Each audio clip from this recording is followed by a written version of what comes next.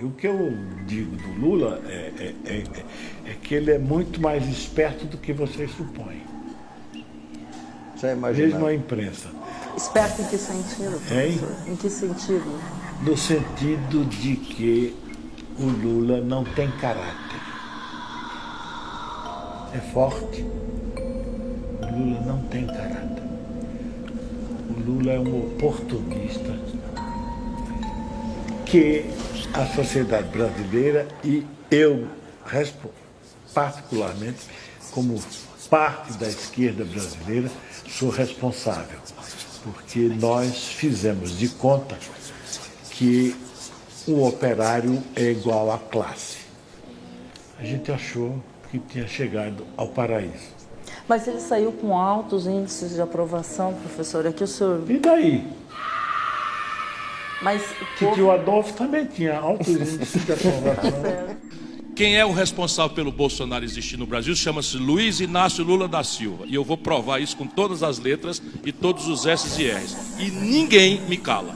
Eu não sou a Marina que vocês partiram para destruir, desmoralizar, sendo uma pessoa limpa e honrada. Eu não sou a Luísa Helena que vocês partiram para desmoralizar. Uma das coisas que me impressionou muito foi o enriquecimento ilícito do Lula, né? Que ninguém fala nisso, mas eu conheci o Lula quando ele morava numa casa de 40 metros quadrados. Né? Hoje, o Lula é uma das grandes fortunas do país, ele e os seus filhos. Quem é que está atrás disso? Quem que está querendo que isso venha à tona? Porque eu acho que a questão da atuação das pessoas no mundo político ou no mundo em geral, é preciso se ver o que essas pessoas fizeram para ter o que tem. O que o Lula fez para ser o miliardário que ele é hoje. Ele foi presidente da República. É? Ele foi presidente de 2 mandatos. Pois é. Isso, o mandato não dá para isso. Salário? Né? Agora, ele ser caixeiro viajante de uma empresa, o que quer dizer isso? Quer dizer que ele sempre esteve junto com esse pessoal que é da grande corrupção, que não aparece. Porque eu acho que eu não tenho maneira outra de falar, a não ser de que o Lula se corrompeu e corrompe a sociedade brasileira hoje, através da sua atuação como presidente da República. Ô, Cláudio, prepara para mim, por gentileza. Alex, eu não sei se você tem essa informação, mas a gente conversou esses dias sobre a decisão sobre o direito da propriedade e aquela decisão do Barroso. Eu acho que é importante a gente trazer essa discussão aqui.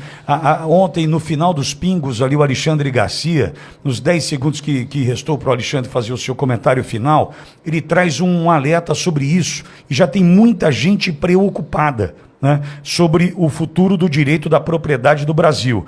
Lembra quando lá atrás, no impeachment da Dilma, o Lewandowski, numa manobra ardilosa, ele manteve a Dilma elegível? Lembra disso? O que a Constituição diz? Foi empichado 8 anos inelegível. Não pode, não vai disputar nada, nenhuma eleição, não pode, repito. Isso diz a regra. Aí o Lewandowski, ali atrás, fez de conta que isso não existia, né, que essa decisão vamos fazer de conta que ela não existe, e tomou o seguinte rumo àquela prosa. Vamos fazer o seguinte, olha, a Dilma, tudo bem, ela foi empichada, ela vai sair pela porta de trás, só que ela pode concorrer às eleições em 2018. Naquele momento ali, nós também nos calamos. O brasileiro se calou diante daquilo, ou houve uma certa indignação dentro de casa. Sabe, na hora do almoço ali, na hora do jantar, CP da vida ali, fala para a patroa, pois é, minha esposa querida, você viu a Dilma? Você viu o que o Lewandowski fez?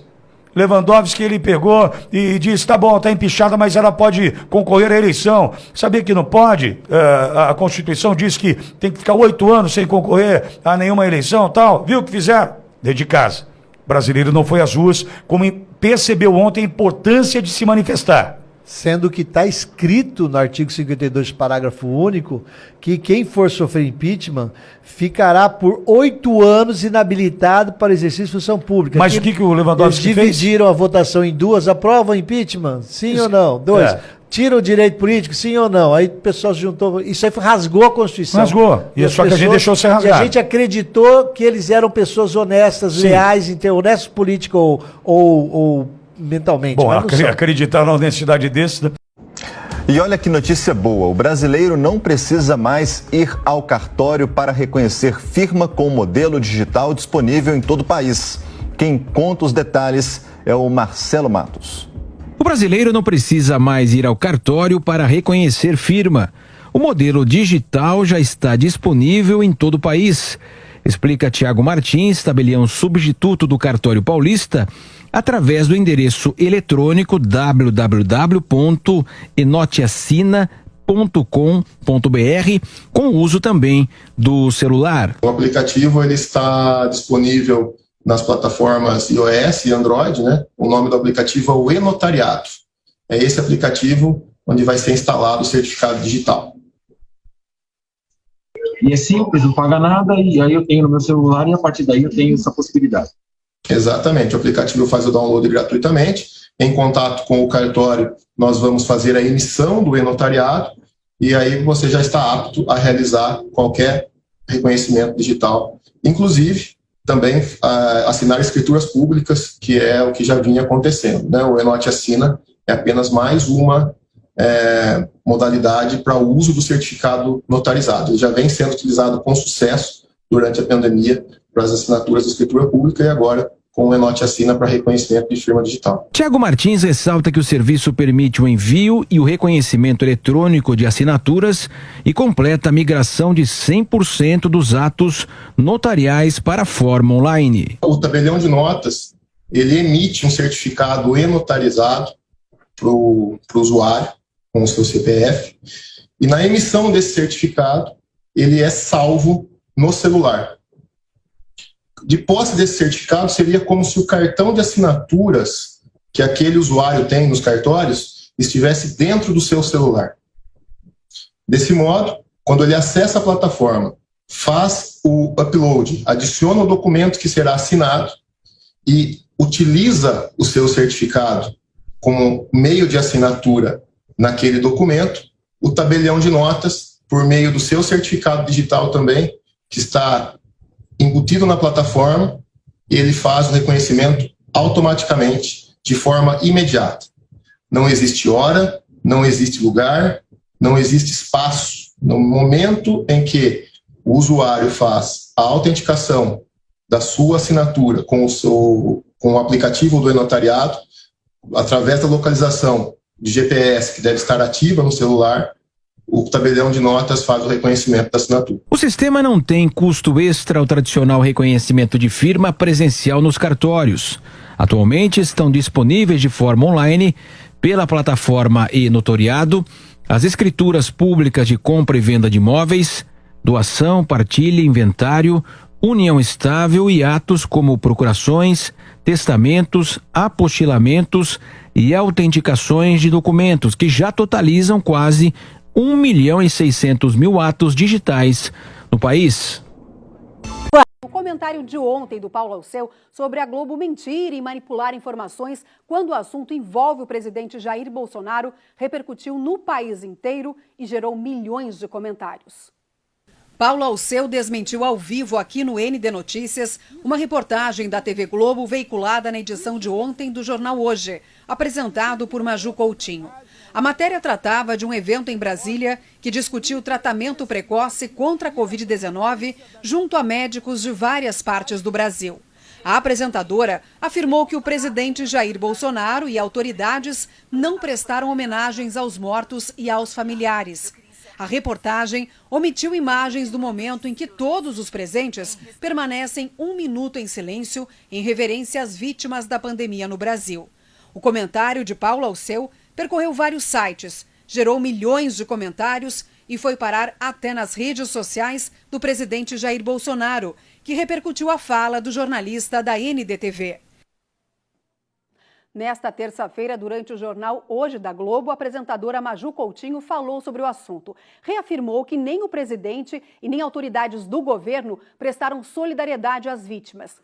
Abre aspas, uma médica da Bahia, que não faz parte do governo, pediu ela sim um minuto de silêncio e o pedido então foi respeitado por todos os presentes, inclusive pelo presidente Jair Bolsonaro. Fecha aspas. Paulo Alceu. Pois é, hoje ela fez o que se chama de retratação. Na verdade, julguem vocês os esclarecimentos que foram prestados pela TV Globo. As imagens foram testemunhas. O que foi dito ontem, hoje teve pelo menos o reconhecimento que todos participaram das homenagens aos mortos pela Covid-19, inclusive o presidente Bolsonaro. Homenagem solicitada por uma médica, sim, por uma médica que não faz parte do governo, mas estava fazendo parte de uma cerimônia oficial do governo com a presença do presidente da República. Uma médica que evidencia e credencia ainda mais a luta pela vida. Que bom que foi uma médica que pediu e que todos reverenciaram os mortos pela Covid. E foi respeitado por todos. E parabéns, olha, eu quero fazer um parênteses aqui, parabéns a todos os médicos que romperam a politicália, que as inverdades das notícias tentam se manter adotando o tratamento precoce, que já deveria estar em pauta faz muito tempo, mas a politicália foi mais forte, infelizmente. O que eu manifestei ontem foi em defesa da notícia, foi em defesa da informação, foi em defesa do jornalismo exigido por você. Você que nos acompanha, você que é exigente na informação e que nós temos a obrigação de oferecer.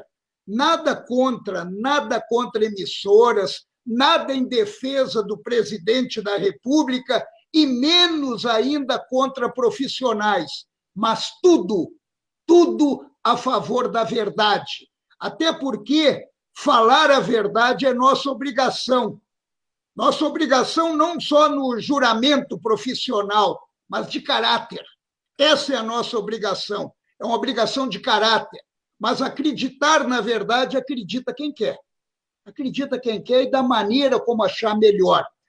Eu li uma frase hoje, eu lamento e peço desculpa que eu não sei de quem é o autor, mas essa frase é fantástica. Ela diz o seguinte: em tempos de hipocrisia, falar a verdade vira crime. Mas a gente vai continuar falando a verdade, porque vocês exigem isso de nós. E antes de encerrar, eu queria agradecer de todo o coração as manifestações que recebi desde ontem. Isso me deixa extremamente lisonjeado e estimulado para prosseguir no meu trabalho. Gostaria de responder a todos, mas, infelizmente, foram tantas que eu não estou tendo tempo hábil de responder, que eu adoro interagir com vocês. Obrigado em meu nome, em nome de toda a equipe do Grupo ND, em nome de toda a equipe do ND Notícias, que vestiu a camisa do Chocovid e está correndo atrás da informação verdadeira para vocês. Obrigado de coração. E amanhã a gente vai estar de volta, se Deus quiser. Um beijo. Beijo, Giane. Beijo, Paulo. Vai querer com certeza e siga sempre assim, esse profissional comprometido com a verdade e com o jornalismo. Até amanhã. Bom, olha só, ainda sobre esse assunto, 3 médicos catarinenses que estavam presentes nesse evento elogiaram também e cumprimentaram o profissionalismo e a isenção do Paulo Alceu sobre o comentário de ontem aqui no ND Notícias. Pessoal, veja só os absurdos que Lula falou depois de ser eleito dos nordestinos. Você precisa compartilhar bastante esse vídeo para que mais pessoas vejam o que o Lula pensa dos nordestinos. Fique com o vídeo. Um nordestino, da onde eu vim, ele nem tem esperança de nascer. Ele morre como feto, pela fome e pela desgraça de muita gente no Nordeste. quando ele nasce, ele se sobrevive até os 5 anos de idade, ele vira herói. Herói. Não morreu até os 5, vai embora. É que nem coisa ruim. Sabe? Não morre tão cedo. Depois, nascer no Nordeste, completar 5 anos e vir para São Paulo e não virar um palha da sociedade, já é um terceiro milagre. Eu subo a essa tribuna para repercutir um acontecimento hilário. Ontem à noite, no dia de ontem, aconteceu um encontro de Lula com evangélicos, acreditem. Lula, esse mesmo candidato ex-presidiário, que disse que não foi ao Círio de Nazaré e que não foi às comemorações de Nossa Senhora de Aparecida, porque não queria misturar política com religião, vejam só. Mas ontem ele decidiu fazer um encontro com evangélicos. E veja só o que ocorreu nesse encontro. Quanta contradição. Acusa todos aqueles cristãos que participam da política de misturar política com religião, mas quando precisa do voto dos cristãos, promove encontros para pedir votos. Olha só, a contradição é tanta que nesse encontro houve orações, bênçãos, imposição de mãos com direito a Lula de joelhos. Engraçado, eu nem sabia que Lula precisava de orações, vereador Reginaldo. Porque foi em 2005 que ele disse que ele era um homem sem pecado. Se ele era um homem sem pecado, eu acho que era para ele estar impondo a mão sobre pastores. E não o contrário. Lá, Lula e o PT lançou uma carta aos evangélicos. E nessa carta, ele faz exatamente aquilo que ele acusa os seus opositores de fazer. Pois nessa carta, ele subestima a inteligência dos cristãos. Trata os cristãos como pessoas incapazes intelectualmente. Só pode ser, é a única explicação. Ele busca fazer aquilo que ele julga os outros fazerem, explorar a fé alheia. Quando ele vai falar de aborto, por exemplo, ele, na carta aos evangélicos... Uma parte possível, vereadora. Pois não, vereador. Quando ele vai falar sobre aborto, ora, todos nós já vimos publicamente sair da boca do candidato a presidente da República, o ex-presidiário Lula, o que ele pensa de aborto. E o que ele pensa de aborto é que aborto deveria ser caso de saúde pública. Ele defende, sim, que crianças dentro do ventre materno possam ser... Por que o Bolsonaro estava calmo? Porque quem fala a verdade está tranquilo. O mentiroso está sempre perturbado. Isso é normal, né? Agora o deputado Tadeu Venere falou dos 100 anos de sigilo. Sabe de quem que é essa lei, deputado Jacobowski? Da Dilma. Em 2016, o governo da ex-presidente Dilma pediu o sigilo por 100 anos dos e-mails do funcionário da presidência, Jorge Rodrigo Messias, que ficou conhecido como Pessias. Ele foi mencionado na conversa gravada pela PF entre Dilma e Lula, e que foi combinada a posse do petista como ministro da Casa Civil. Aí ela pediu 100 anos, e pediu 100 anos para outras coisas dela, do cartão corporativo, então essa lei é dela. O presidente Bolsonaro pediu 100 anos apenas para o cartão de vacina dele, que é o direito dele. O problema pessoal dele não interessa a ninguém. Não tem nada de filho, é mais uma falácia da esquerda. E tem outra. Enquanto o presidente Bolsonaro foi numa igreja, foi lá em Minas Gerais, numa igreja até da Igreja Mundial, tinha uns 40 mil pessoas, foi lá, recebeu oração, falou com o povo, e depois foi para Aparecida. Aonde foi esse presidiário? No lugar certo. Se reunir com quem aceita ele. Um narcotraficante do Comando Vermelho. É só lá que ele se dá bem. Por que ele não foi em nenhuma outra igreja? Por que ele não vai na rua cumprimentar o povo? Porque o povo chama ele de ladrão, ele não aguenta mais ouvir isso. Ele prefere subir morros e ficar cercado por traficantes e bandidos. E esse pessoal, eles pregam o ódio. Tentaram matar o governador, o Tarcísio em São Paulo. Quem foi lá? Os traficantes do Comando Vermelho também deram um tiro, rajaram a metralhadora. Um já foi pro saco, mataram um bandido lá. IML. Então é assim que age o PT, com ódio, com destruição, não respeitam nada em ninguém.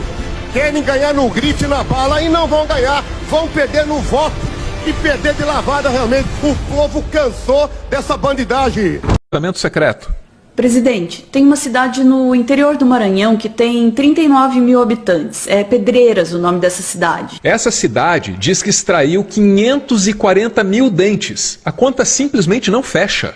É como se tivessem arrancado 14 dentes de cada morador, inclusive dos banguelos. Só que a real é que ninguém arrancou dente de ninguém, não. Tudo isso aí é fraude, é nota... Então tudo que eles pesquisam, tudo que eles conversam, tudo que eles escrevem vai imediatamente para o Partido Comunista.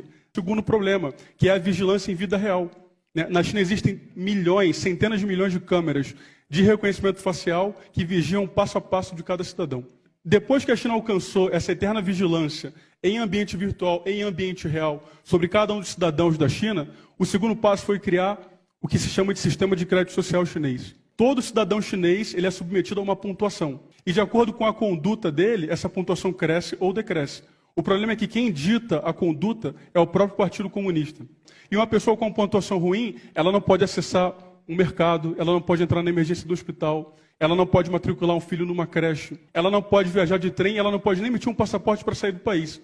Agora, isso só foi possível quando eles conseguiram estabelecer total controle sobre a vida do cidadão, que é exatamente o que está acontecendo com o passaporte sanitário. Não tem nada a ver com imunização. O grande tema do passaporte sanitário é controle social. É alinhar tirania com tecnologia para criar o mesmo regime que existe na China. Defender o passaporte sanitário é acabar com a democracia no Brasil. Resistam, povo de Brasília, resistam, brasileiros. Não dá para sair daqui sem um projeto de lei que barre o passaporte sanitário no Brasil. Clóvis, você é uma pessoa inteligente que tem muito crédito. Presta bastante atenção no que eu vou contar para a população aqui. Aqui em Itaboraí estavam sendo construídas 2 refinarias de petróleo no Comperj.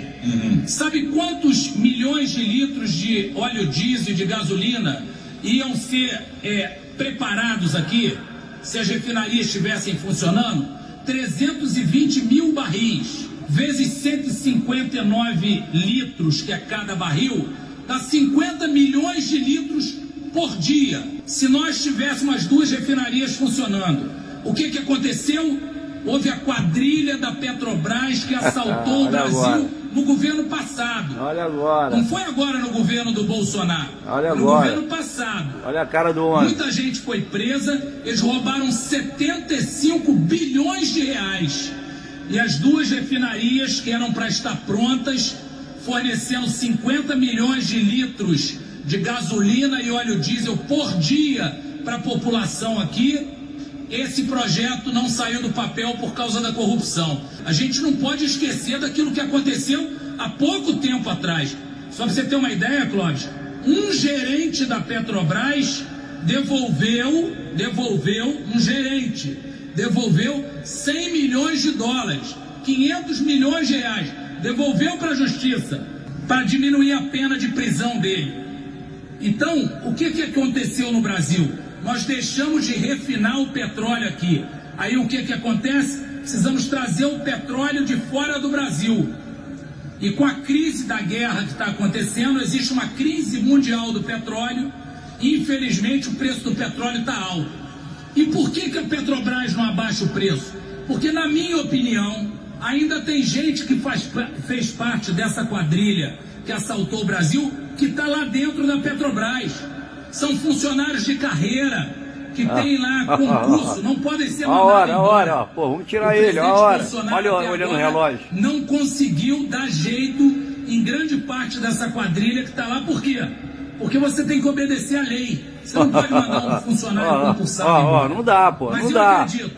As medidas do governo federal, semana passada a gente aprovou uma, vamos aprovar outras para diminuir o preço. E o Brasil tem jeito sim. Precisamos botar as nossas refinarias para funcionar.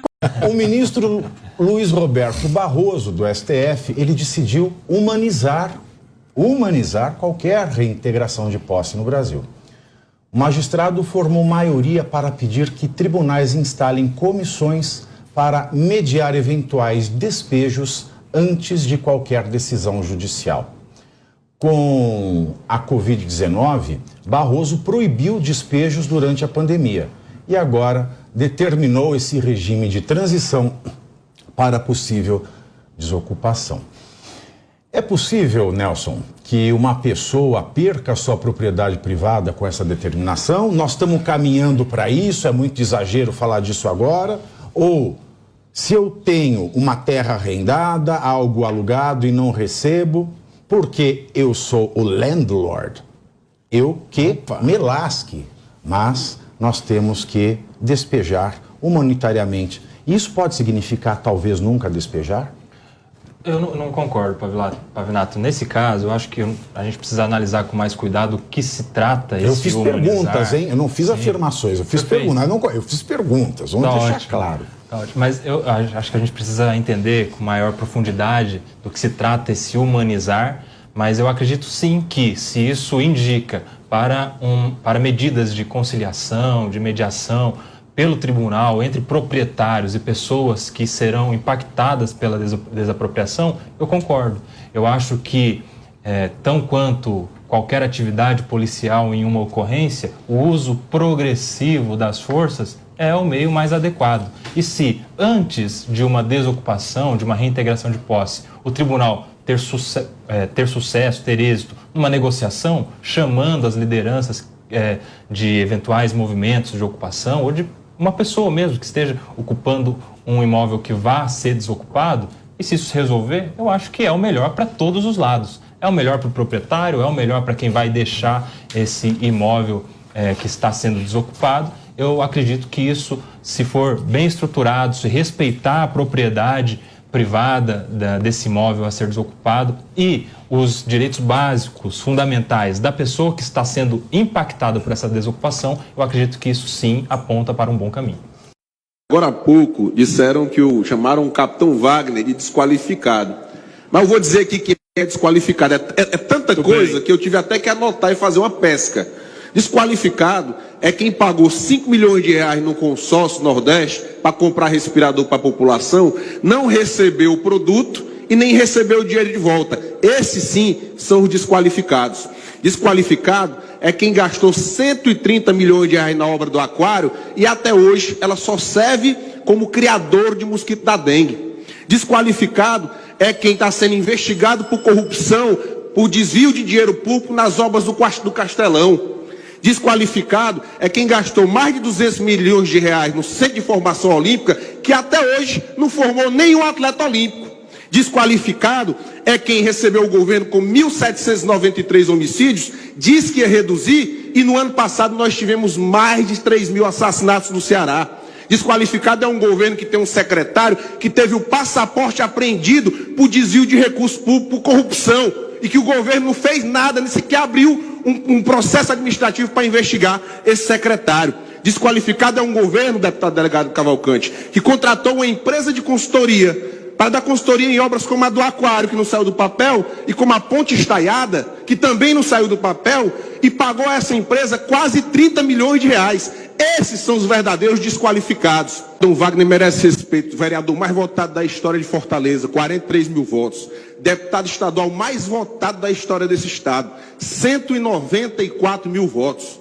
Deputado federal mais votado nas últimas eleições, 303 mil votos. Mas tem gente que não tem humildade para reconhecer. Chamar o capitão de desqualificado é chamar esses 303 mil eleitores de desqualificados. É chamar os mais de 600 mil fortalezenses de desqualificados. Então nós exigimos respeito à maior liderança política de oposição desse estado, que, se Deus quiser, será o próximo governador. Por que você não odeia o Bolsonaro? É porque assim, o que acontece? E o Brasil também. O que acontece? Se tem um presidente que defende a nossa liberdade de expressão, que defende valores conservadores de Deus, pátria e família, se tem um presidente que trouxe deflação, queda no desemprego, queda no valor do combustível, grande investimento internacional, é vergonha nacional? Então sim, é isso que nós somos. Se isso é vergonha nacional, então nós somos. Eu não sinto vergonha de ser brasileira, eu não sinto vergonha de ter um presidente que foi eleito democraticamente pela grande maioria da população. E outra, o Leonardo falou que ele achou um absurdo os imigrantes brasileiros na Europa irem questionar europeus. Então por que ele não se espanta com gringos questionando o Brasil? É um pouco hipócrita. Agora, sobre os meios de comunicação, o mainstream gringo, quais são as fontes do mainstream gringo? O mainstream brasileiro, que é de esquerda. Então é óbvio que o mainstream gringo também vai ser de esquerda. O mainstream todo tende a ser de esquerda. É por isso que pode ser que tentem pintar o Brasil como um pária internacional. Mas os brasileiros, a maioria dos brasileiros, que foi quem elegeu o Bolsonaro de forma democrática, a maioria dos brasileiros que vai para as ruas pacificamente exibir com orgulho as cores da bandeira, não sentem vergonha. O senhor está ludibriando a igreja evangélica? Pô, teria que ser um tremendo enganador, hein? Então, como é que começou a minha identidade com o povo cristão? Em 2010. Tinha acabado as eleições. De repente eu estou andando no corredor das comissões, daí eu paro, olho e pergunto para um segurança, o que está acontecendo aí, tendo em vista a vestimenta daquelas dezenas de pessoas que estavam lá dentro. Bem, ele falou que era algo que bastante complicado. E eu tive a curiosidade de resgatar a fita em 2010 e assistir 5 horas do que aconteceu naquela sessão. Acho que vale a pena qualquer um assistir. E daí eu fui para a tribuna e denunciei o decreto de 2009 do Lula que falava do PNDH3. Que eu falei aqui, desconstrução da heteronormatividade, uma coisa muito importante, né? Que é a ideologia de gênero. Eu costumo dizer que todo mundo que está assistindo tem um patrimônio. Se ele tiver um filho, esse filho é o patrimônio dele. Nós queremos que nossos filhos sejam melhores do que nós, que sigam a nossa educação, vá buscar o conhecimento na escola. E ali eu peguei pesado, esse vídeo é de novembro de 2010, o pessoal procura ali, vai ver o que eu falei. Bem, como era final de mandato, metade do Congresso não havia sido reeleito, tá? Esse pessoal já tirou o pé do acelerador, estava esperando acabar o ano. E eu continuei fazendo a minha parte. Quando começou o ano seguinte, começou a se aproximar os evangélicos. O que você está falando? E eu mostrava o que estava acontecendo. Bem, rapidamente, março, o pessoal tomou pé do que estava acontecendo, que era um ataque frontal à família brasileira, o PNDH3. Sem contar que também nesse ano aprovaram um tal de PLC 122, um projeto de lei número 122, que botava na cadeia padres e pastores que porventura se negasse a realizar um casamento fora do livro de Romanos. Você prender um padre, chega 2 pessoas lá, eu quero me casar. Tá? É você e ela, tudo bem, agora chega nós 2. Tá? É um direito nós 2 de morar juntos. Tá? É um direito de quem vai reclamar. Ou com ele aqui, com o fofinho ali, sem problema nenhum. Tá? Agora, quando um pastor ou um padre se nega a fazer esse casamento, tu vai falar 3 anos de cadeia para ele, tá de brincadeira. Eu comecei a entrar duro nessa luta. O projeto passou na Câmara numa quinta-feira sem quórum. Lá no Senado tivemos uma pessoa que realmente agiu, com mais outros ajudando, né? Com uma pessoa que sepultou o PLC 122, que foi o Magno, então o senador Magno Malta do Espírito Santo, que é um ser humano, erra como outro qualquer, tá? E eu acredito que está na essência, eu sou católico, vocês são evangélicos, mas está na essência, quem acredita é o perdão, certo? Está na essência. Cristão, né? Como tá? É tal de pecado e pecador, tá certo? Fez um trabalho excepcional, não só no PNDH3, como PLC 122, teve uma atuação muito grande na CPI da pedofilia, fez sua parte, depois cometeu um erro, perdeu o mandato dele, não vou entrar em detalhe aqui. Tenho conversado muito com ele e a gente vê no semblante dele que reconheceu o que aconteceu de errado no passado e hoje está Eu não acredito em pesquisa nenhuma, né? Mas ele disse que nas pesquisas do Espírito Santo está em primeiro lugar para o Senado. Bem, daí você entra na fé das pessoas. Alguns livros eu li aqui que pessoas importantes, que não eram cristãs, receberam missão de Deus. Eu não vou aqui falar que eu sou o Messias. Sou o Messias porque uma gestação complicada da minha mãe, né? Achava que eu ia morrer, eu sobrevivi. Tá certo? E ela resolveu, como era muito católica, botou meu nome de Messias aqui. Meu pai Jair, porque era palmeirense, era o dia do aniversário do Jair Rosa Pinto, né? Então eu não achar que eu estou enganando uma comunidade que eu acredito temos uns 35%. E dei demonstrações em vários momentos. Enquanto parlamentar, não é essa questão do PLC 122, PNDH3, quantas e quantas batalhas tiveram dentro da Câmara. Eu do lado do Marcos Feliciano, por exemplo, na Comissão de Direitos Humanos, quando não queriam que ele assumisse de forma nenhuma a Comissão de Direitos Humanos, tá? E ajudei ele a ficar lá, porque sozinho não ia resistir, porque a pressão era enorme, todo mundo queria tirar de lá, ele acabou assumindo a comissão e começamos a botar um freio nas pautas progressistas. E eu era ali, talvez o Pedrão nessa parada ali, né, com a espada na mão. E comecei a ganhar credibilidade. Jornalista chama filha de Bolsonaro. Não, mas você não vai chorar, você vai ficar consternado, Caio. A jornalista Bárbara Gância, ela usou as redes sociais para atacar o presidente da República, Jair Bolsonaro, e candidato à reeleição, da forma mais suja possível, ofendendo sua filha de apenas 12 anos. Nas redes sociais, Bárbara apontou que quando a filha de Bolsonaro se arruma, ela parece uma... Vocês sabem o que, eu não vou repetir essa palavra. Obviamente, internautas se revoltaram e repudiaram de todas as formas a atitude da apresentadora. Liberdade de expressão, exagero ou crime, doutor Luiz Felipe? Olha, Pavinato, é triste ver esse tipo de expressão. Eu até entendi o momento que ela quis fazer o comparativo com a situação das venezuelanas, mas é um absurdo, é uma forma muito baixa, não tem justificativa nenhuma. Eu acredito que cabe um estudo de uma ação criminal contra ela, o presidente ele vai tomar suas providências, eu acredito, mas não é liberdade de expressão, isso é o exagero, é a pior expressão, a pior forma que você tem de lidar com uma situação dessa é você usar a própria família da pessoa contra a pessoa. Quer discutir se não concordou com a frase do presidente, quer discutir se ele falou exagero, mas atacar ainda mais uma criança é algo deplorável. É mais ou menos de você pegar o estuprador, né, Cris, e falar assim, a sua pena vai ser... Sua filha vai ser estuprada também. Exatamente. É um absurdo, é algo que seguramente, como bem dito pelo Luiz Felipe, é algo que realmente seguramente vai ser objeto de alguma medida judicial por parte do presidente da República.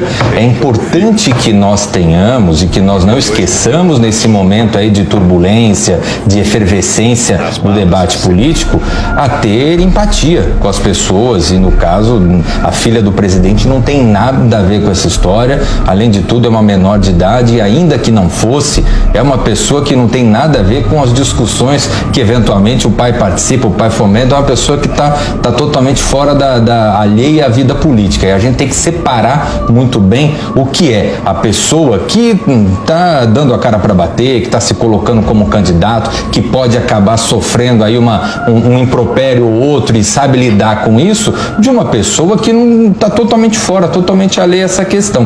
E que nesse caso tem um agravante máximo, que é uma menor de idade. Então, faltou empatia, realmente é deplorável essa declaração que foi feita pela jornalista. Mas o que mudou na sua cabeça? O que deixou deixar o MST e adentrar a direita? E seus pais também? Qual foi o motivo dessa Eu tirei meus pais de lá. Seu destino? Tive que tirar. O que foi? O que aconteceu? Então, a minha história começa lá em 2004, quando eu vou para o acampamento do MST com os meus pais. Lembrando que eu sou uma criança de aproximadamente 12 anos de idade, né? E aí, meus pais estávamos em Campo Grande, Mato Grosso do Sul, uma família pobre, 5 pessoas, né? Caminhando para a miséria mesmo, assim, dependendo de cesta básica de projetos sociais da igreja, né, e dos parentes ali que estavam conosco. E aí é um prato de mão cheia para o movimento. Pessoas vulneráveis, pessoas simples, despolitizadas, né? E meu pai, por exemplo, estudou até a 3ª série, então nunca foi preocupado com nenhuma causa política nesse sentido. Nós fomos para o acampamento e aí eles sempre vendem um paraíso e te entregam o inferno.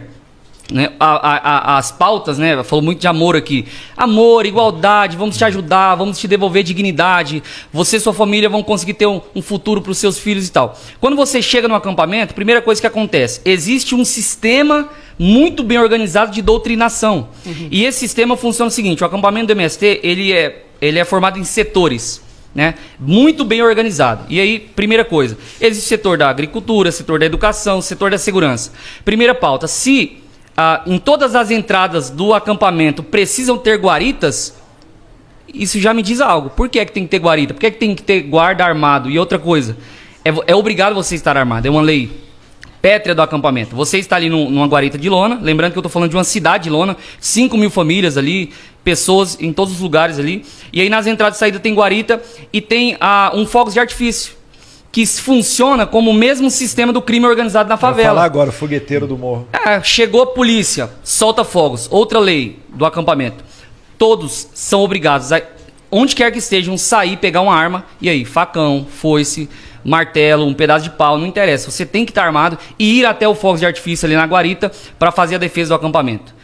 Aí se lembre que eu estou falando de uma criança de 12, 13 anos de idade, com um sentimento revolucionário, com a disposição de morrer na bala de um possível policial. Se o MST vai para cima, o que aconteceu inclusive Carajás. em Eldorado dos Carajás, que eles até hoje, né, que eles dão armas para crianças. É o que eles fazem eles até dão hoje. Armas pra crianças. Deram arma para você? Era subir armas de fogo não, mas faziam pegar qualquer tipo de arma, um facão. Sim. Uma foice, que também é arma. E mandar também, você ir pra cima de quem eventualmente... Você estava ali disposto. Entendi. Se o militante dissesse vai pra cima, você vai pra cima. E aí não interessa se vai matar ou morrer, 12 anos de idade.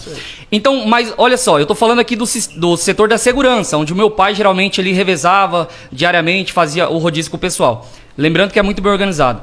Pra onde que vai as crianças e adolescentes? Setor da cultura. Opa. E aí é onde começa esse processo demoníaco que eles Tem chamam até de escola, cultura. né? Sem terrinha. Aprendendo a enfiar crucifixo no ânus, aprendendo a cheirar a bunda um do outro como fazem, né? Macaquinhos. Mijar na foto do Bolsonaro. É esse tipo de lavagem cerebral que eles fazem com as crianças nos acampamentos. Eu me lembro e claro, depois que eu me libertei eu vou chegar lá, mas depois que eu me liberto eu começo a olhar para trás e me revoltar diante do prejuízo emocional, intelectual, financeiro que eu e a minha família tivemos.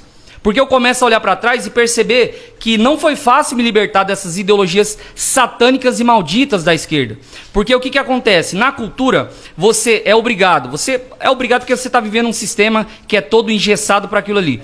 Você começa a idolatrar psicopatas como Che Guevara, Fidel Castro, Carlos Marighella, cara. Quem que foi Carlos Marighella? Eu idolatrava esse cara. Depois que sai do movimento, começa a perceber. Urbano ensinando a matar policial. Uma escola de doutrinação específica. É uma escola de doutrinação. Mas peraí, eu não tô falando nem da escola, eu tô falando do acampamento. Do acampamento. Porque você é um jovem, não trabalha, a maioria das pessoas ali vivem de forma ociosa, também não trabalham, dependem, né? Porque eles tiram a pessoa da cidade, colocam dentro do acampamento agora para viver debaixo do Estado. Lembrando que eu tô falando de governo Lula, Dilma, FHC e essa galera. Então agora você depende do Estado. Você não tem mais a casinha, os móveis que estavam ali na cidade. Você depende integralmente do MST. E aí vale muito ressaltar, até quando eu estive com o teu pai, o presidente, ele pediu para eu dar ênfase nisso. As pessoas que estão ali, cara, não são pessoas de má índole. A maioria das pessoas são pessoas como os meus pais. Pessoas pobres, despolitizadas, que são cooptadas pelo desejo de ter uma dignidade, e quando entram no acampamento começa-se esse processo da lavagem cerebral, e aí as pessoas pouco a pouco vão sendo usadas como massa de manobra para que eles cumpram seus propósitos escusos e revolucionários. Aí o MST vai se tornando o quê? Esse braço militar do PT. Esse braço que, o seguinte, prometem a terra em 3 meses. Eu morei 8 anos na lona. Era para ser 3 meses. Pessoas já estavam lá há 20 anos e não recebiam a terra. Você acha que era proposital que não davam a terra? Não, mas é óbvio. É assim, o sistema é todo organizado para usar de má fé a vontade do pobre, o desejo de ter uma vida melhor. E enquanto isso, eles vão usando voto útil e mão de obra para fazer suas manifestações. Queimar pneu, trancar BR, invadir fazenda. E eles ficam fazendo esse jogo político até mesmo quando o Lula estava no poder. ir lá verificar que história é essa de colocar na cabeça dos nossos filhos que teve ditadura no Brasil. Que história é essa de dizer que o comunismo, o Che Guevara é bonito? Que história é essa? Tem que desmascarar. Então o foco não é aqui no posto de gasolina. Não é nem na estrada, é lá na faculdade. Lá agora tem um monte de professor metido a comunista que nunca tiveram nada na vida. E se bobear ainda são filhos de um papaizinho com 40 anos morando com os pais. Tratando o empresário como bandido. Então esses professorizinhos de comunista aí, faça uma empresa. Vai lá, faz uma empresa para ver. Eu quero ver se tem a capacidade de fazer uma empresa. Aí sim pode falar o que é ser empresário. Eu escutei do Bradesco Itaú que a Petrobras não tinha crédito. Se a Petrobras não tem crédito, quem é que vai ter, meus amigos? E aí fico criticando o empresário esse que está tentando gerar alguma coisa e ainda fico criticando ele. Então essa ponta do iceberg chamada combustível, na realidade tem por trás uma ideologia falida e que vocês, professores, principalmente da universidade aqui da Univale, região, um bando de bosta, de comunista, vocês vão cair por terra. Vocês têm que parar com essa palhaçada. Está chegando a hora. Se não já chegou, venham aqui me denunciar que o Emílio Dalsol que chamou vocês de comunista de bosta. E eu estou dizendo, viva Augusto Pinochet. Venha aqui me denunciar. Mas tem que ser na frente de todo mundo, porque vocês são muito covardes. Tem que ser na frente de todo mundo, no meio do povo. Tem que vir aqui no meio do povo e dizer que eu estou mentindo. Porque lá na sala de aula vocês mentem, vocês são covardes e pegam de assalto as crianças que nem sabem qual é a diferença dos militares, do regime militar. Eles falam bonito, vocês comunistas falam muito bonito, porque quem trabalha não fala bonito. Quem trabalha não tem tempo para falar bonito. Fala feio como eu não falo bonito. Eu sou caminhoneiro, sou trabalhador. Aqui foram 10 anos para aterrar isso aqui.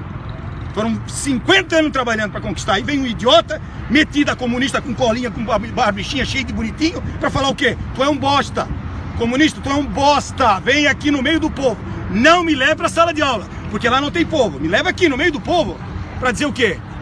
O teu herói é quem? Che Guevara? Fidel Castro? Maduro? Ai, que lindo. Vem aqui. Fica o recado. Mas ninguém quer destruir o PT, não. Ninguém quer. O PT se autodestruiu, é autofagia. A gente queria até que ele se reequilibrasse. Diz que é medo. Nós temos medo do Lula. Bom, eu confesso que eu tenho mesmo. Tenho medo dele voltar e levar o resto.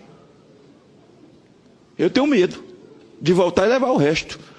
Agora, quando você faz todo esse tipo de consideração e fala de fulano e fulano que está sendo citado, com Palocci preso, e o Ministério Público dá conta de que Palocci tem $1 bilhão num banco em Miami.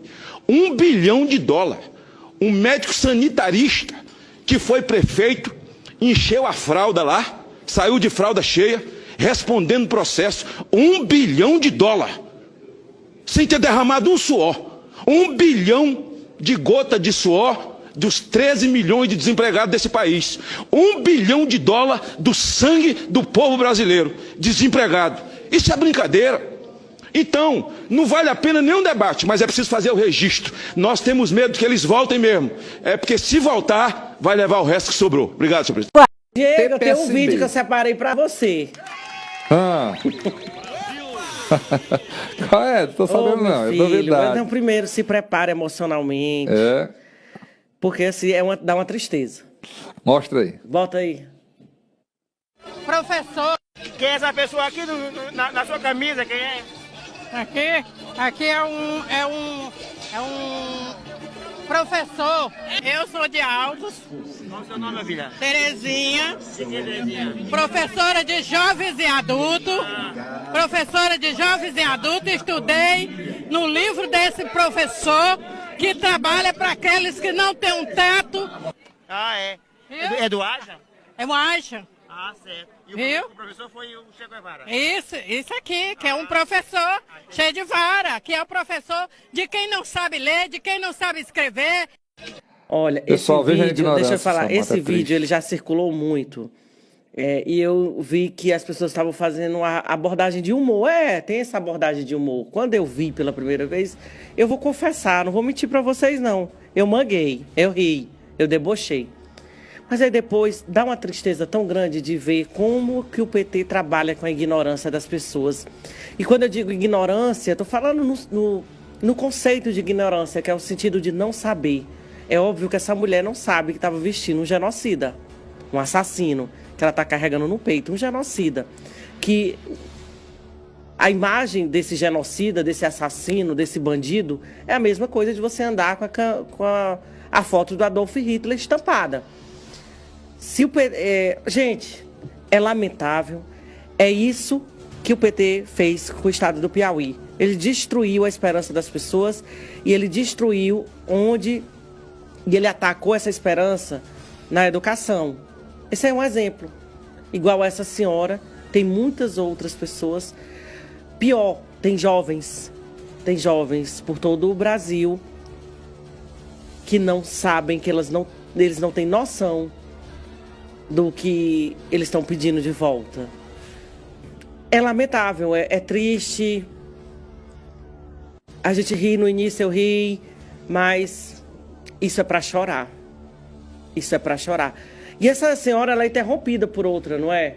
Cadê o trechozinho dela sendo interrompida? É Lula, fora! Fora, Bolsonaro! Não, isso aqui é o professor. Fora, filho da ninguém dá entrevista não. É o professor, é? É o professor. Ninguém dá entrevista não, bora! Vai! Todo mundo sabe, tem um linguajar muito comum aqui no Nordeste, aqui no Piauí não é diferente, nós somos nordestinos com muito orgulho, que fala assim, ataiou, né? Ó, tá ataiando o jumento.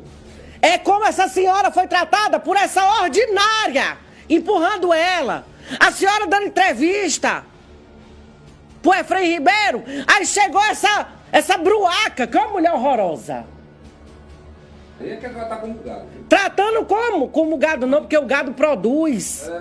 Tratando como tangendo, rapaz. Escondendo a mulher.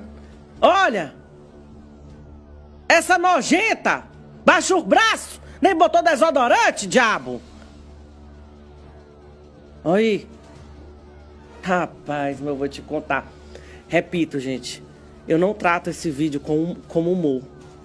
Esse vídeo mostra o tanto que, infelizmente, a educação falhou, e falhou propositalmente, como disse o Diego agora há pouco.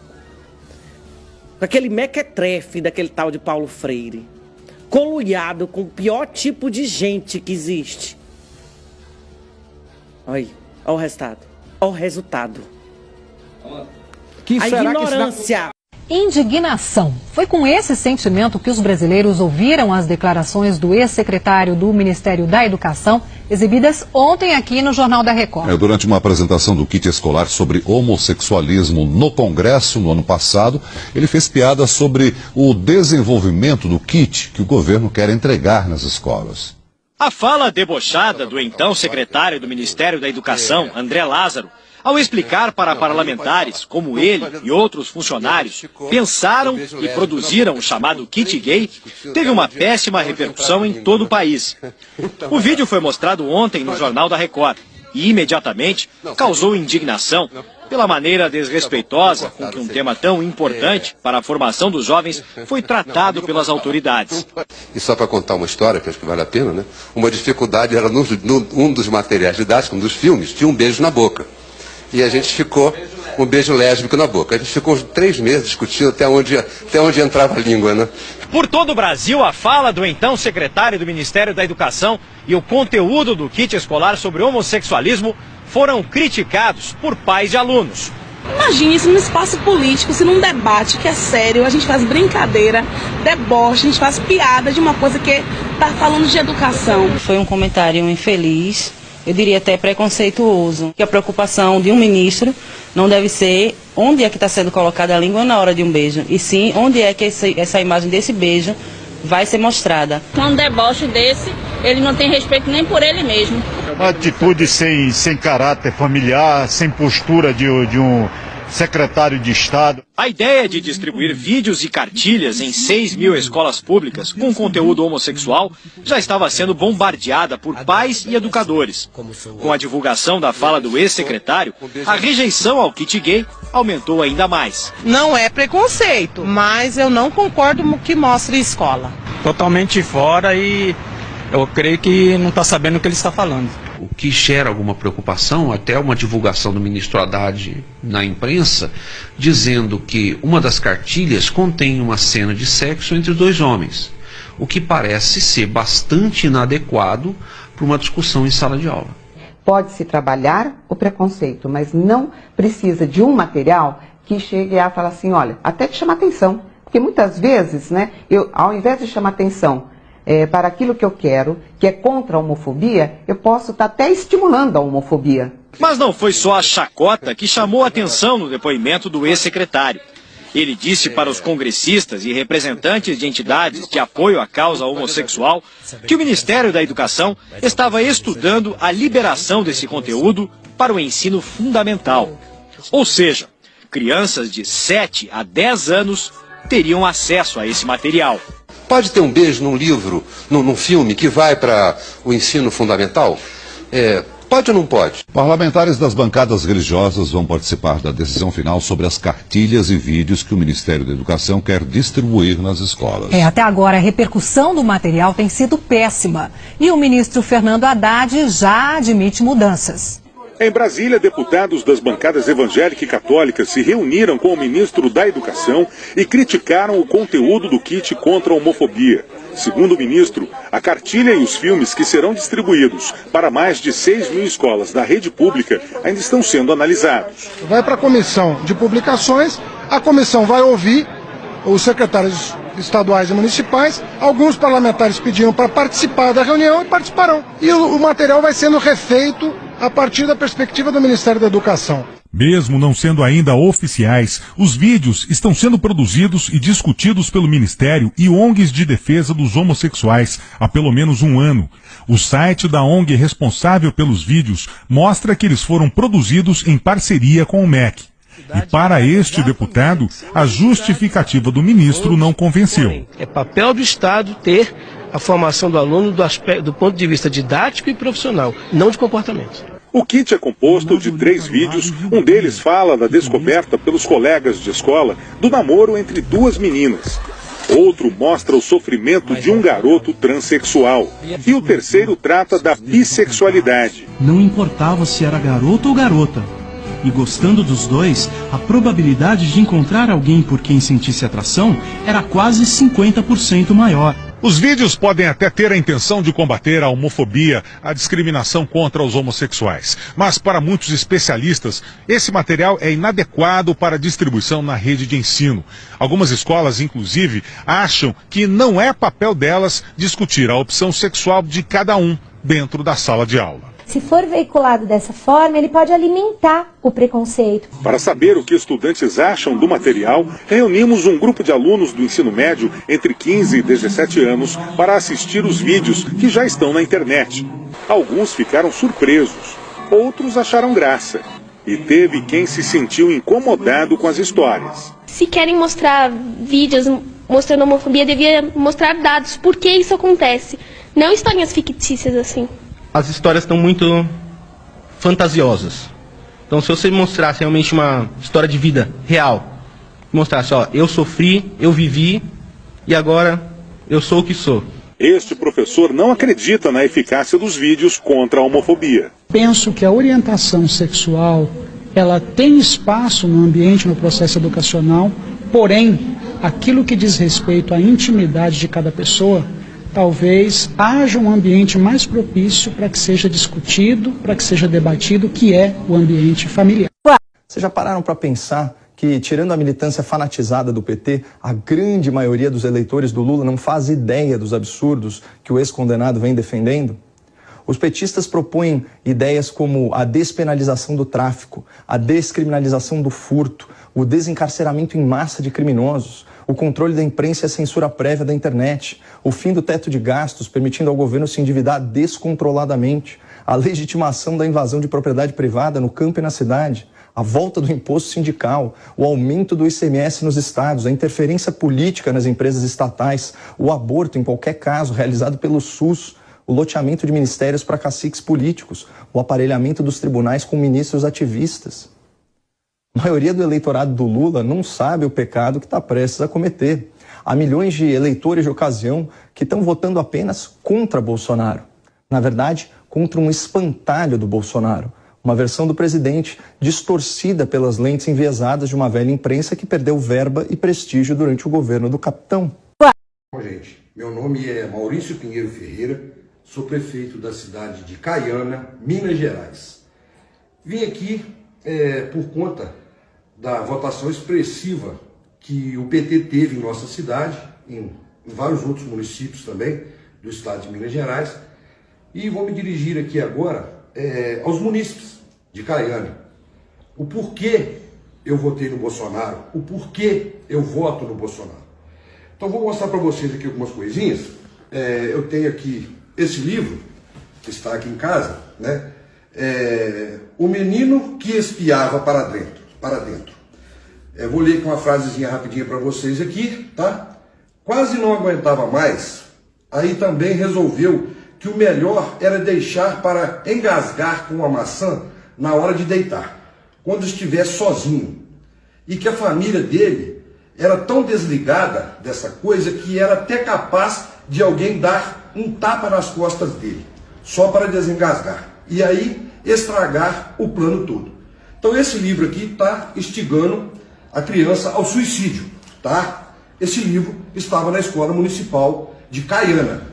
Em 2017, quando eu assumi a prefeitura, em 2017, no meu primeiro mandato, esse livro estava na Escola Municipal de Caiana, enviada pelo governo. Esse outro livro aqui, ele diz: eram 3 filhas de um rei, todas 3 eram belas. A mais bela de todas,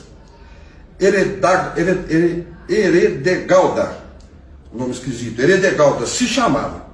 Um dia seu pai lhe disse: se quiseres casar comigo, o pai dela disse para a filha: se quiseres casar comigo, será minha esposa e tua mãe nossa criada.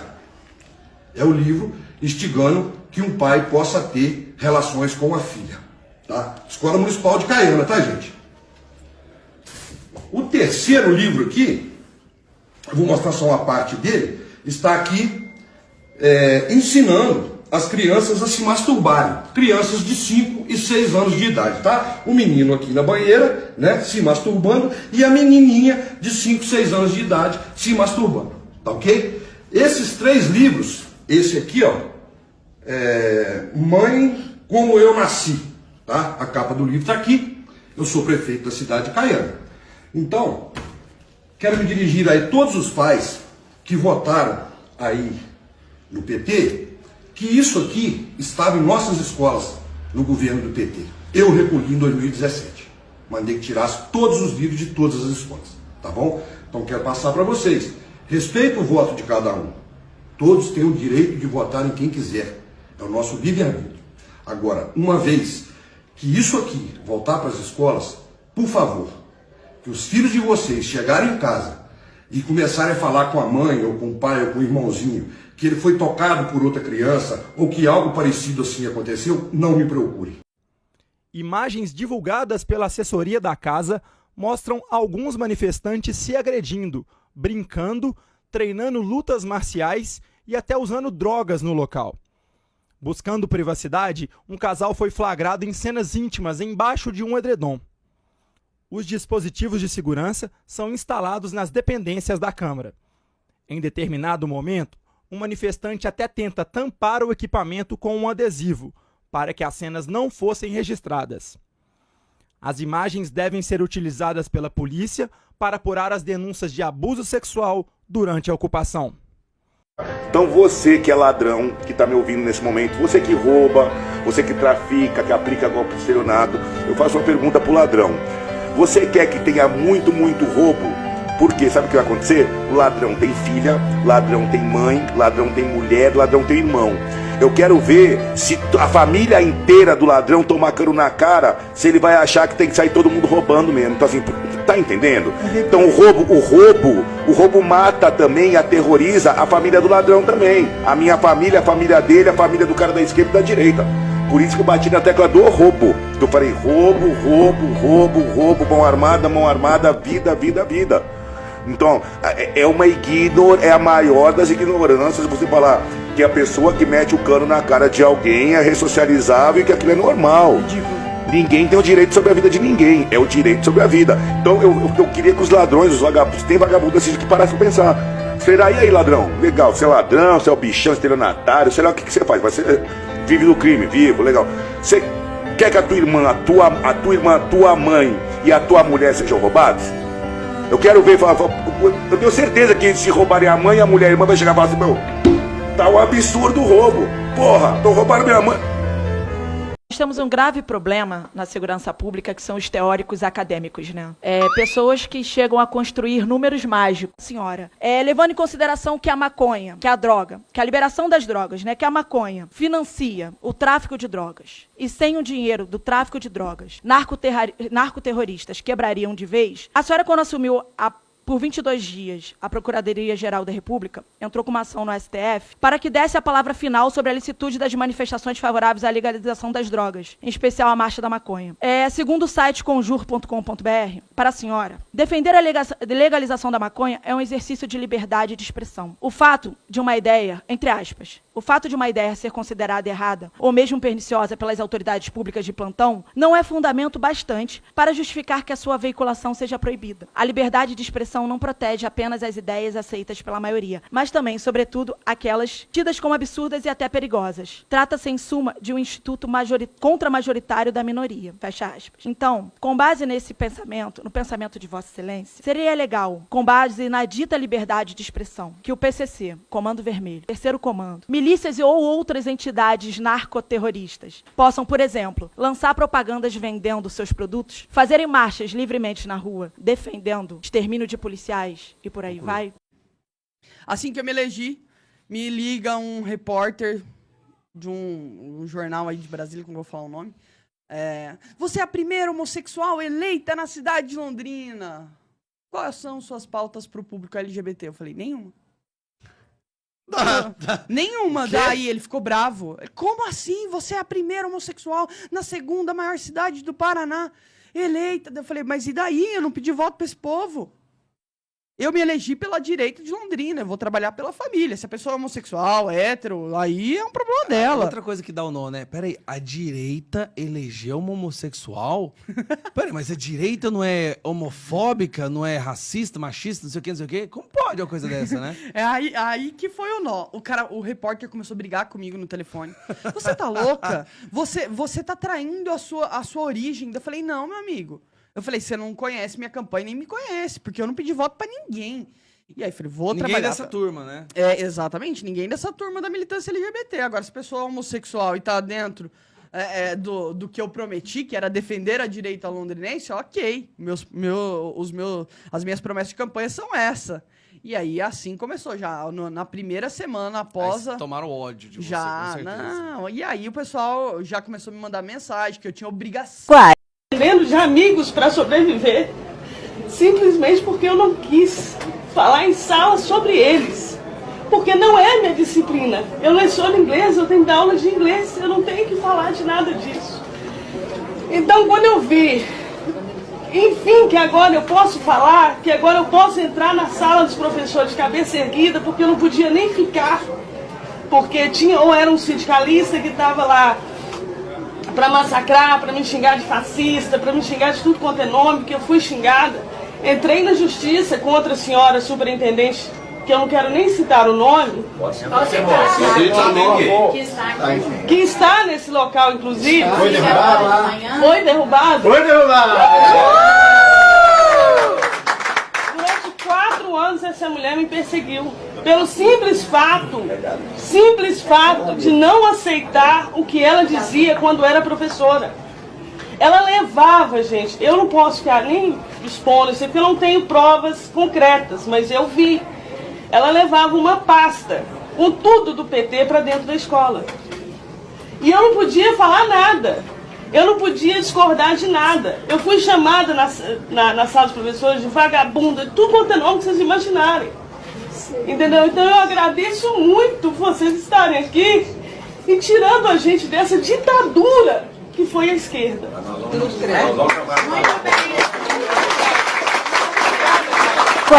Quer dizer que o orçamento secreto que o Lula questionou, cobrou tanto nos debates presidenciáveis, agora não tem problema, é só mudar o nome. Qual que é o nome que a imprensa, que a UOL, que a Globo, que toda a imprensa aí está divulgando? Emendas do relator. Esqueceram, o orçamento secreto não vai mais existir, vai existir a emenda do relator. O que é isso? Tá te enganando. O Lula, que falou tão mal do orçamento secreto, ele acha que mudando o nome vai te enganar. Isso não tá certo. O orçamento secreto, cá entre nós aqui, cá entre nós, a maior sacanagem, falcatrua com dinheiro público. O que é? Dinheiro, nosso dinheiro, que é direcionado para deputados, para eles gastarem como bem entenderem, sem prestar conta do destino, da origem e do destino. Imagine o quanto isso não gera de corrupção. Inclusive, o orçamento secreto foi até pauta da campanha. A gente viu muitas vezes no debate lá. Bolsonaro disse que não foi ele, que ele vetou. Eu não tenho nada a ver com esse orçamento secreto. Que o Congresso quis, o Lula disse que foi ele. Mas enfim, tá errado. A gente não pode ter orçamento secreto, porque a gente sabe qual é o tipão de representantes que a gente tem no Congresso. Você confia neles? Se não tiver transparência, se a gente não sabe de onde sai o dinheiro, para onde ele tá indo, eu sou contra. Se a gente quer melhorar o nosso sistema, o que a gente tem que fazer? Dar transparência. Assim como as emendas impositivas, a gente sabe de onde sai, para onde vai, tem como fiscalizar, tá no portal da transparência. Não pode ter nada que não seja dessa forma. Então, para continuar com emendas de relator nos mesmos moldes do orçamento secreto, que nada mais é do que um roubo institucional, eu tô totalmente contra. Eu peço o seu apoio para a gente combater essa balbúrdia. Não adianta ficar mudando o nome das coisas, não. A gente sabe muito bem e a gente está esperto. E a gente não vai aceitar outro mensalão, não. Há mais tempo. O que você acha da desmilitarização da polícia? Que eu acho que é o grande tema atual, assim, né? Que é a coisa... Porque muita gente que fala assim, eu sou contra a polícia militar. O cara fala, você quer então que o Batman vem? Não, não é isso que o cara quer dizer. Eu já entendi o ponto do cara. Ele quer a polícia, mas que não seja uma coisa militarizada. Eu acho que essa é a questão. A desmilitarização da polícia só é bom pro próprio policial. Não vai ser bom pra sociedade. Não acho. Por quê? Eu, por ser militar, eu não posso me recusar a cumprir uma ordem se eu achar que aquela ordem é absurda. Se ela não é ilegal, mas se ela é idiota, eu tenho que cumprir. Tipo assim, eu quero que você fique lá no meio do mato no escuro. Pô, mas eu não vou ajudar ninguém ali, eu não vou servir pra nada ali. Não, tá, mas você vai ficar ali. E dane-se. E se não tem condição salubre pra você, se não tem uma proteção contra chuva, contra sol, se não tem água, o problema é militar. Militar tem essa característica. As patentes, né? Entendeu? Então você obedece e acabou. Se eu não sou militar, eu tenho um pouco mais de capacidade de argumentação perante a administração quando vem uma parada absurda dessa. Eu tenho uma capacidade de dialogar, eu tenho o direito de pensar. Mas não é melhor isso? Sim, pro policial. Pra sociedade, não muda muito. Tu já viu policial civil dando porrada nos outros? Não. Porque eles não vão pra rua. Quase não vão pra rua. Mas tu já viu guarda municipal dando porrada nos outros? Eu não vi ninguém dando porrada. Guarda municipal, cara, tu nunca viu guarda municipal dando porrada nos outros em praia, camelô? Já. Claro, os caras dão porrada pra caramba. Já vi. Os caras são truculentos, os caras são agressivos. Já vi. Os caras são militares? Não. Então o que muda? A Core matou 27, 28, 30, sei lá no Jacarezinho. Tudo vagabundo, realmente. A Core, da Polícia Civil, a Coordenadoria de Recursos Especiais. É maneiro, né? Porque a Coordenadoria de Recursos Especiais pensa assim, negócio de dinheiro, sabe? Não, mas os recursos especiais dele esses caras aqui são os nossos especialistas em matar os outros. Os caras foram lá e mataram 27. Usam fuzis. Eles são militares? Não. Não são. Então, a desmilitarização da PM vem de uma ideia de que o PM é treinado por uma ideia de confronto com o inimigo. Ostensão sempre, né? Hã? Sempre algo de ostensão, não, assim. Não é isso. O cara que pensa em desmilitarização da PM, ele pensa assim, que eu olho pro cara e vejo nele um inimigo e preciso matá-lo. Isso não é uma realidade. Se a polícia matasse tanto quanto falam que a gente mata, não tinha superlotação em presídio. Recebe a mulher 20 mil de aposentadoria. Qual é a origem desses 20 mil de aposentadoria da senhora Marisa? Ela trabalhava onde? Cadê? E o pior, ele recebe doação dos filhos. Doação? O que os filhos trabalham? Vamos lá. O Lulinha é vagabundo. sócio oculto de várias empresas. Mora de graça. Como alguém pode doar dinheiro se não paga, se ninguém sequer é proprietário de onde mora? E não paga aluguel onde mora. Lulinha é criminoso. Repetindo, estão abusando da bondade do povo brasileiro. Esse senhor, o lugar dele é na cadeia em regime fechado. E ontem demonstrou que tá fraco. O nome desse cara é Joseph Goebbels. Sabe quem foi Joseph Goebbels? Foi o marqueteiro, o chefe da propaganda de Hitler, do nazismo. Ele disse duas frases naquela época que até hoje ecoa. E essa maldita militância, esse maldito sistema insiste em fazer com você e você não percebe. Frase número 1: dê-me o controle da mídia, que eu transformo qualquer país num rebanho de porcos. Segunda frase: uma mentira contada 1000 vezes passa a ser uma verdade. Se você perguntar pro porco quem é o ser humano que ele mais gosta, sabe quem que ele vai responder? É o cara do balde da lavagem. O porco, ele ama o cara do balde com lavagem. Porém, é o cara do balde com lavagem que vai matar ele e vai comer. Será que se o porco fosse um pouquinho mais inteligente, será que esse porco pensasse, ele não conseguiria enxergar que é o cara do balde de lavagem, é o cara da Bolsa Família, é o cara da Bolsa Miséria, é o cara da picanha? Esse que trata de você, que dá ração, a lavagem para você, é o cara que você bate pau e ama, e é o cara que vai tirar o teu couro, que vai comer você.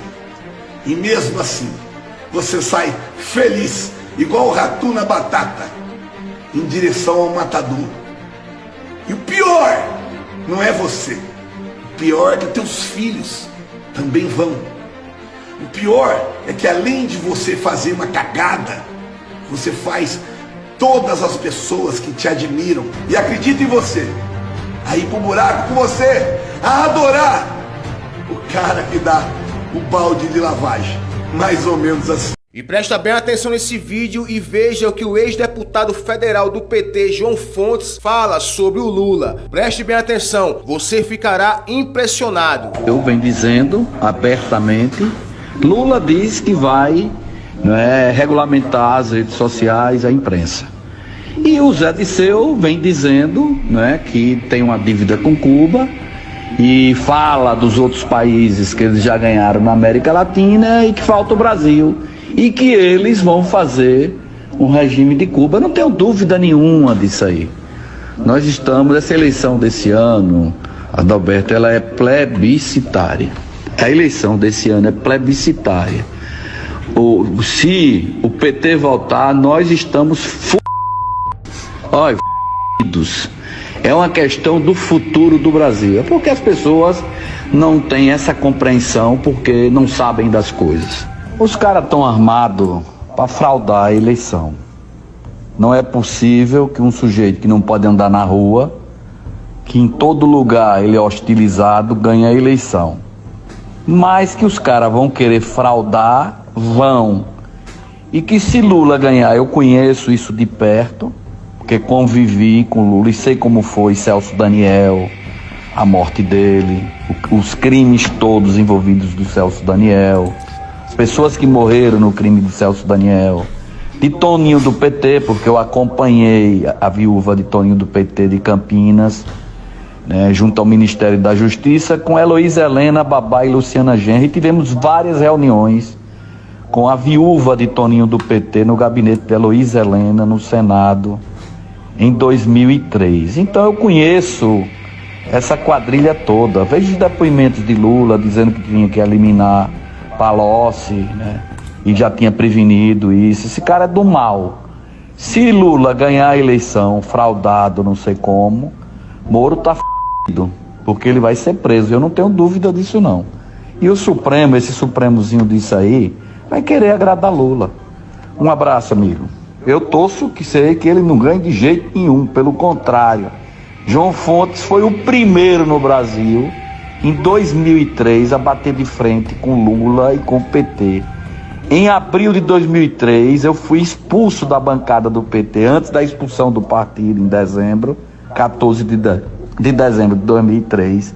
Eu fui expulso em abril, porque comecei a denunciar, né, as falcatruas de Lula, e aí eles me botaram para fora. Foi manchete da Folha de São Paulo, e eles me botaram primeiro para fora da bancada do PT. O meu amigo Carlos Brito dizia bem, é uma quadrilha montada, mais sofisticada do mundo, montada para assaltar os cofres públicos. E para isso eles matam, roubam e fazem qualquer coisa. PT ameaça não aceitar resultado da eleição. PT acusa FHC de estelionato eleitoral. PT apresentou 50 pedidos de impeachment entre 90 e 2002. Lula questiona urnas eletrônicas e propõe comprovante impresso em 2002. MST tenta invadir STF em Brasília. BNDES e Caixa Econômica Federal deram R$550 mil ao MST na tentativa de invasão do STF. Ato na esplanada termina com 7 presos, 49 feridos e rastro de depredação. Olha só como é que está o Ministério da Agricultura. De traças quebradas pelo chão. Lula assemelha a democracia alemã à ditadura na Nicarágua. Por que a Angela Merkel pode ficar 16 anos no poder e Daniel Ortega não? Não é todo século que a gente consegue produzir um homem da qualidade do Chaves. Aí eu te pergunto, isso é defender a democracia? Outro dia eu vi uma entrevista do Lula, ele quer ficar 18 anos presidente da República. Eu falei, vai acabar com o Brasil. Vamos lá. Imagina, a senhora disse que o Lula vai acabar com o Brasil. Não, acabar com o Brasil não. Acontece o seguinte, você viu, quantos deles que trabalhavam com ele, que estava do lado dele, e não aconteceu nada, né? Tiraram um ou dois aqui meio ficados.